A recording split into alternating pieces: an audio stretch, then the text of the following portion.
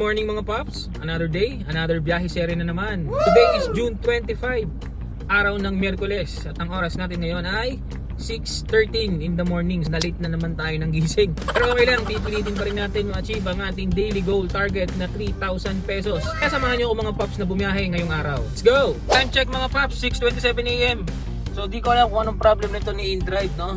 So sinunod naman na natin yung kanyang instruction, pero hanggang ngayon hindi pa rin tayo makapag-accept ng order. So nag-email na ako sa kanila. So antay-antay lang tayo kung anong mga mangyayari mga paps. So time check mga paps, 6:37 AM. Naayos na rin natin ang ating account. Diyos ko day.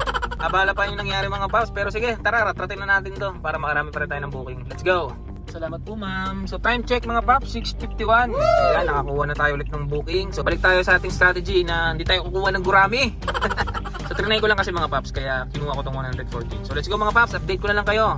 Time check mga paps, 7:02 in the morning. Nakakuha na tayo ng next booking from Visayas Up going to Makati. Tara mga paps, let's go!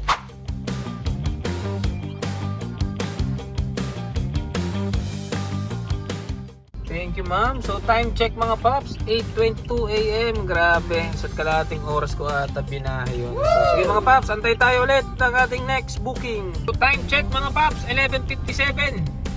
So ngayon lang tayo ulit nag-video dahil nababattery pa ako kanina. So mamaya papaliwanag ko yung mga paps. Ngayon muna, ihatid muna natin to. Meron na tayo nakuhang booking. Nandito tayo ngayon sa Timog Avenue. Papunta to ng Robinsons Antipolo mga paps. So tara mga paps, hatid na natin to.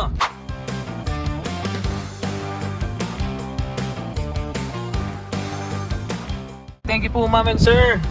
So time check mga paps, 1:20 PM. So dito tayo ngayon sa Antipolo. So tara mga paps, antay tayo ng booking. Hindi tayo tatanggap ng gurami ngayon. Let's go mga paps. Time check mga paps, 1:40 PM. Sulit yung pag-aantay natin. Binigyan tayo ng tuna mga paps.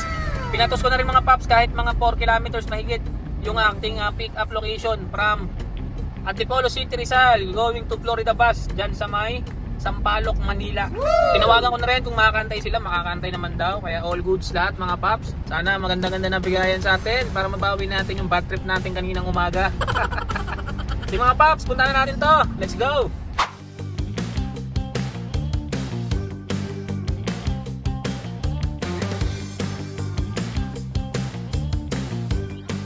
Ma'am and sir, thank you so much po. Happy trip po sa inyo. Time check mga paps, 3:36. Andito na tayo sa may Espanya, sa may Lacson. So medyo masakit ng ulo ko mga paps, kaya mag-desisyon ko nang uwi na rin ako. Pantay lang tayo ng kasabay natin pa uwi. So yun lang mga paps, let's go!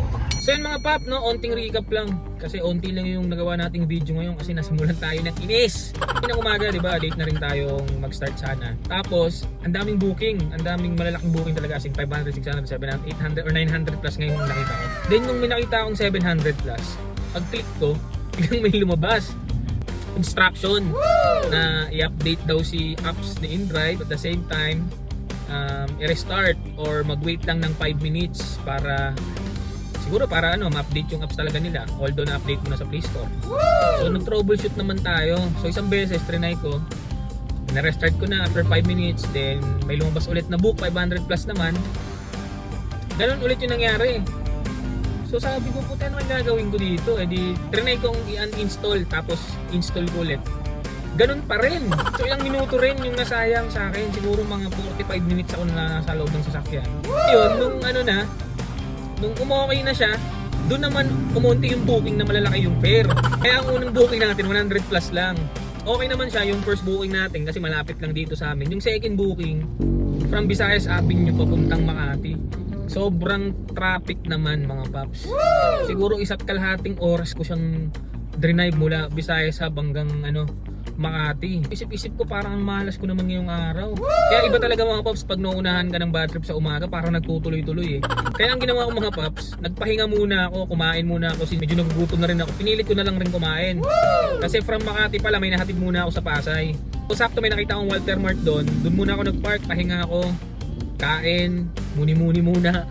Then bumalik ako sa sasakyan ko kasi medyo nakaramdam ako ng sakit ng ulo. Ganun kasi ako pag nababad trip kasi meron tayong migraine. Actually hanggang ngayon, kaya nga hindi ako sumagad ng biyahe ngayon eh kasi sobrang sakit na ng ulo ko. Yung tipong nasusuka na naman ako tapos ayoko ng liwanag. Ganun yung mga nararamdaman ko pag inatake ako ng migraine. Kasi nag-trigger kanina, gawa nga nang nainis ako na nabad trip ako. Pero pinilit ko pa rin bumiyahe kasi sayang yung araw. Yun naman mga pop, share ko lang no. Hindi naman natin may iwasan yan sa kada araw yung Minsan inaalat ka simula pa lang ng araw. Kaya nireset ko lang yung sarili ko, kaya nagpahinga ako ng maaga. Ilang oras din yung pinahinga ko, kain ko, pinagtambay ko sa Walter Mart. Kung binahay ko yun, lalong magtutuloy-tuloy lang yung inis ko eh. Kaya ganun ginagawa ko mga paps kapag medyo inaalat tayo sa umaga. Reset lang tayo. So muni-muni lang muna, pag kung tawagin.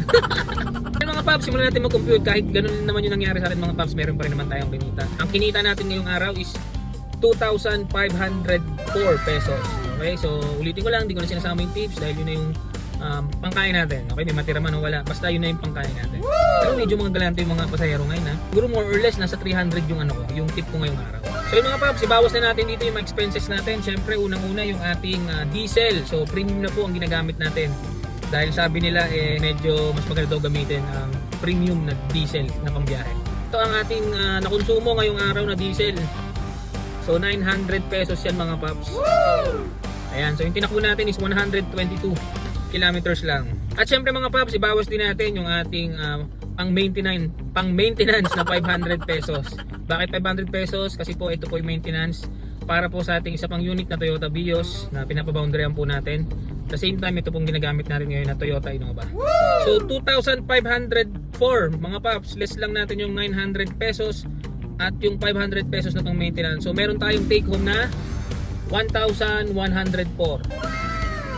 O di ba mga paps, kahit medyo inalat tayo kaninang umaga kumita pa rin tayo ngayong araw. Kaya may sabi ko lang mga paps, no, kapag inalat ka talaga ng umaga, no, medyo hinga-hinga ka muna, pagpagga muna, then babalik ulit yan. Okay? So yun lang mga paps, salamat sa pagsama ninyo sa aking munting biyahe at sana nag-enjoy kayo sa ating video. Kaya sa mga bagong viewers natin dyan, huwag na huwag niyong kalimutan mag-like at subscribe para magtuloy-tuloy ang paggawa natin ng video. At sa mga subscriber natin na may katanungan regarding sa pagiging TNVS driver, just comment down below. So yun lang mga paps, kita-kits tayo ulit bukas. Paalam!